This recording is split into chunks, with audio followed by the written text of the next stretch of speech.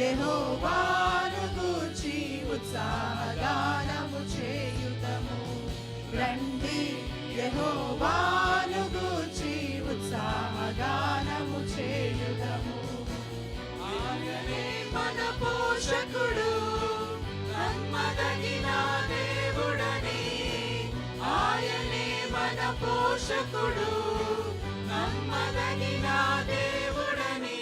ఆహా హల్లెలూయా, ఆహా హల్లెలూయా, ఆహా హల్లెలూయా, ఆహా హల్లెలూయా.